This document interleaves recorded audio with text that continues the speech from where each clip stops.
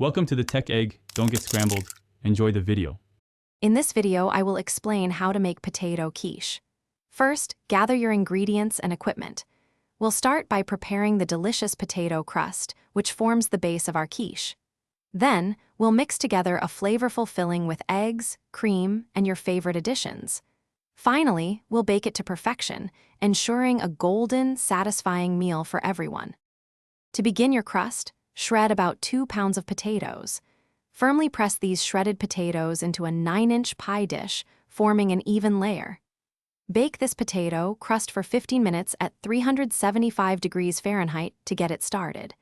Don't forget to season it well with salt and black pepper for a delicious and flavorful base.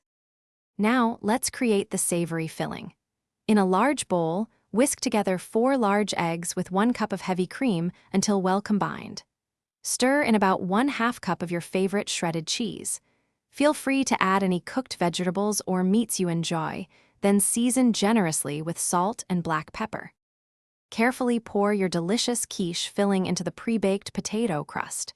Place it back into the oven and bake for 35 to 45 minutes at 375 degrees Fahrenheit.